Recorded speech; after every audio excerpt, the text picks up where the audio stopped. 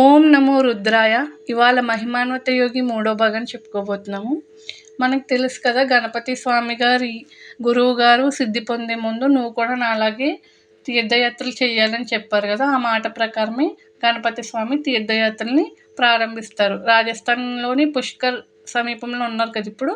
అక్కడ నుంచి పూరి జగన్నాథ స్వామి ఆలయానికి చేరుకుంటారనమాట. అలా అలా తిరుగుతూ దివ్యస్థలాల్ని మొత్తానికి రామేశ్వరానికి 1697లో కార్తీక పంచమి నాడు చేరుకుంటారు. అక్కడ ఒక దివ్య కూపంలో ఆయన స్నానం చేసి బయటికి వస్తుండగా ప్రజలు హాహాకారాలు చేస్తుంటారు. ఏంటా అని చూస్తే ఒక వ్యక్తి ఎండ తాకిడికి చనిపోయి ఉంటారనమాట. ఆయన మీద ఈయన కమండలంతో నీళ్లు జల్లగానే ఆ వ్యక్తి లేచి కూర్చుంటాడు. ఇది చూసిన జనాలు ఈయన మహానుభావుడిలా ఉన్నాడు అని చెప్పేసి వెంటపడడం మొదలు పెడతారు. ఈయన యోగశక్తితో అక్కడి నుంచి తప్పించుకుని గుజరాత్ పోర్బందర్ ప్రాంతంలోని సుదామాపూర్ ప్రాంతానికి చేరుకుంటారనమాట. అక్కడ ఒక వ్యక్తి ఈయన అలా చూస్తూ ఉంటారు. ఆ వ్యక్తి ఎవరు అంటే రామేశ్వరం యాత్రికుల్లో ఒకరు. ఆయన అక్కడ చూశారనమాట. ఈయన చూసి, స్వామి మీరు మా ఇంటికి రావాలి అంటే ఈయన కరుణతో వాళ్ళ ఇంటికి వెళ్ళడం జరుగుతుంది. వెళ్తే ఈయన మొత్తం ఈయనకున్నటువంటి సమస్యలు అన్నీ కూడా స్వామికి ఏకరువు పెట్టేస్తారు. ఇంకా పెట్టినప్పుడు గణపతి స్వామి ఈ విధంగా అంటారు, నువ్వు విప్రజన్మ ఎత్తావు, సంధ్యావందనం ఏమాత్రం కూడా నువ్వు సరిగ్గా చేయడం లేదు, త్రికాలంలో చేసేటువంటి సంధ్యావందనాన్ని త్యజించేసావు, మొత్తానికి యాంత్రికంగా చేస్తున్నావు ఏ పూజ అయినా సరే.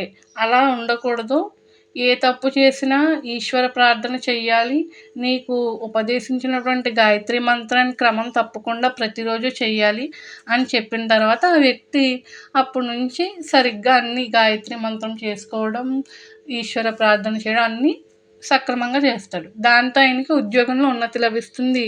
అలాగే కొంతకాలానికి సత్సంతానం కూడా లభిస్తుంది అనమాట.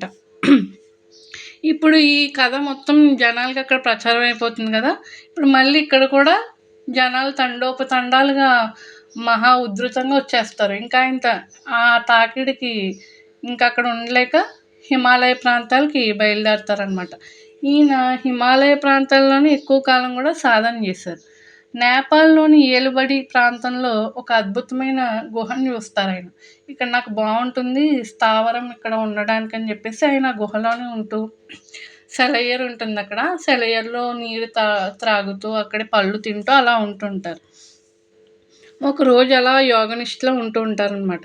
నేపాల్ రోజు ఒకసారి అక్కడ వేటకు వస్తారు. వాళ్ళకి వేట మీద ప్రీతి కాబట్టి సేనాధిపతి మరియు ఇతర భటులను తీసుకుని ఒక పులిని తుపాకీతో కొడతారనమాట. అది దెబ్బతిని బాధతో ఏం చేస్తుంది, అలా వస్తూ వస్తే ఈ గుహలోకి వచ్చేస్తుంది ఆ పులి. రాగానే మొత్తం ఈ భటులేమో అలా వెతుకుతూ ఉంటారు, ఇది ఎక్కడికి వెళ్ళిందని చెప్పేసి వెతుకుతూ ఉంటే ఈ పులి వెళ్ళి ఈయన ఉన్నటువంటి గుహలోకి వస్తుంది. ఈయన పులిని చూసి చేరదీసి ఆ గాయాన్ని నిమిరి దాన్ని అలాగా నిమురుతూ అలా పక్కన కూర్చోబెట్టుకుంటారు. అంత పులి కూడా ఈయన వద్ద ఒక పిల్లిలాగా ఉంటుందన్నమాట. ఈ యొక్క మొత్తం ఈ జరిగినదంతా కూడా భటులు చూస్తారు. చూసి ఆశ్చర్యపోయి వెళ్ళి రాజుగారికి చెప్తారనమాట.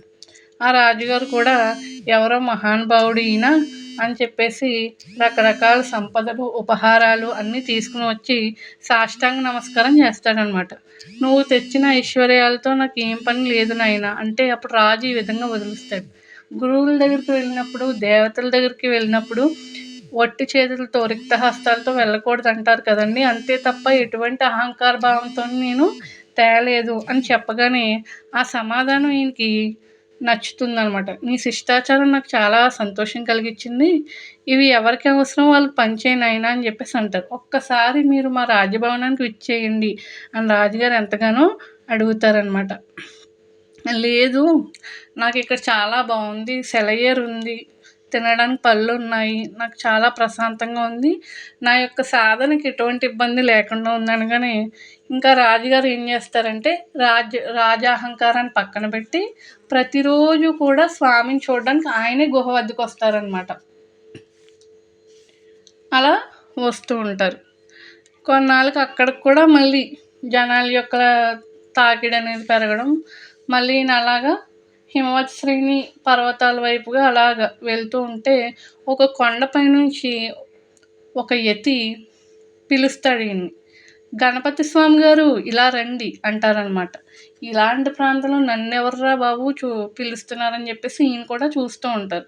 చూస్తే ఒక యతి కనపడతాడండి. ఆయన వద్దకు వెళ్తారు గణపతి స్వామి. మీరు ఇవాళ ఇక్కడికి వస్తారని నాకు తెలుసు. మీ రాక కోసం నేను ఎదురు చూస్తున్నాను. ఇక్కడికి రావడానికి మీరు నేపాల్ నుండి ఆకర్షించబడ్డారు. ఇది తెలుసుకోవాలి మీరు అని చెప్పేసి అంటాడనమాట. మీరు ఇక్కడ ఉండి కొన్నాళ్ళు ఇక్కడ మీకు ఒక పని ఉంది. ఇది చేసిన తర్వాత అప్పుడు మీరు మానస సరోవరానికి వెళ్దురు గాని అని చెప్తాడనమాట. ఇది దివ్య యోగుల యొక్క ప్రణాళిక అని అంటారు. చూడండి, ఇప్పుడు ఒక మహాత్ముడి యొక్క సాధనా విధానం ఏ విధంగా ఉంది అనేది మరొక వెనకాల ఎంతోమంది ఋషి పరంపరల యొక్క అనుగ్రహం ఉంటుంది. వారు కూడా గమనిస్తూనే ఉంటారు ఎల్లప్పుడూ. నాతో పాటు రా అని యతి ఆయన తీసుకువెళ్తాడనమాట. తీసుకువెళ్తే గుహ అంతా చీకటి. అసలు ఆ సూర్యకాంతి కానీ చంద్రకాంతి కానీ అసలు ఏమీ లోపలికి రావడానికి లేదు. కానీ అక్కడ ఒక చంద్రకాంతి లాంటి వెలుగు ఉంటుందన్నమాట. అక్కడ దీపాలు కూడా లేవు అసలు. చూడగానే కొన్ని విగ్రహాలు కనబడతాయి. ఆయన నమస్కరిస్తాడనమాట ఆ విగ్రహాలకి.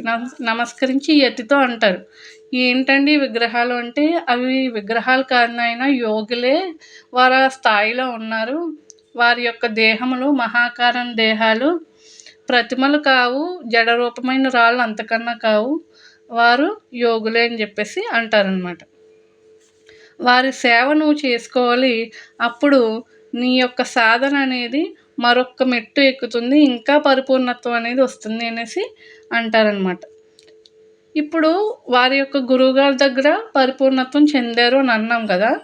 ఒక గురువు శిక్షణలో పరిపూర్ణత్వం సాధిస్తే తర్వాత స్థితికి ఎలా వెళ్ళాలి అనేది ఋషి పరంపర చూసుకుంటుంది. అందువల్లే ఆయనని ఇలాగే ఇక్కడికి తీసుకురాబడ్డారు ఆయన.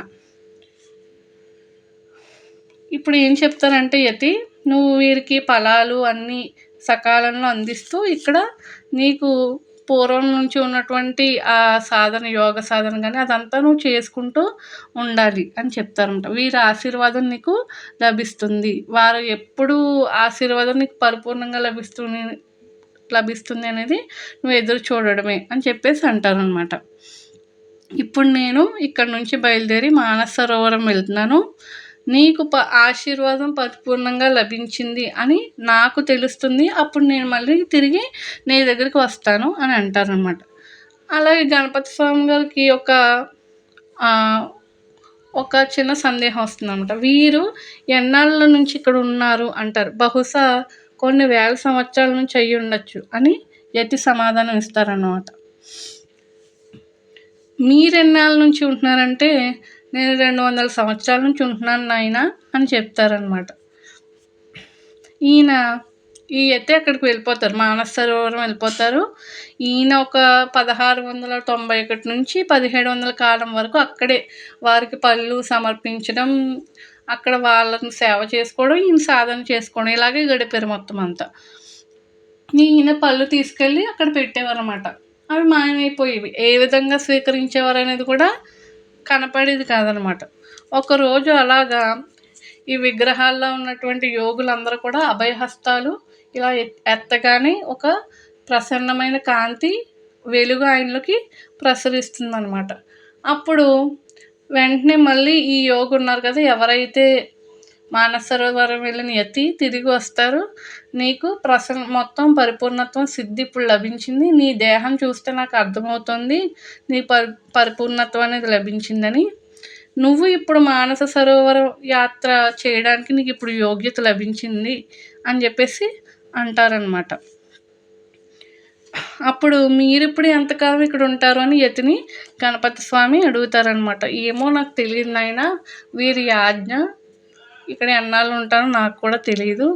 మన యొక్క ప్రణాళిక అనేది ఇక్కడ ఏమీ ఉండదు, వారి ఆజ్ఞానుసారమే మొత్తం జరుగుతుంది అని అంటారనమాట.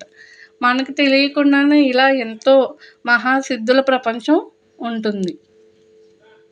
Thank you so much for watching. అందరూ కూడా ఛానల్ని సబ్స్క్రైబ్ చేయండి, లైక్ చేయండి.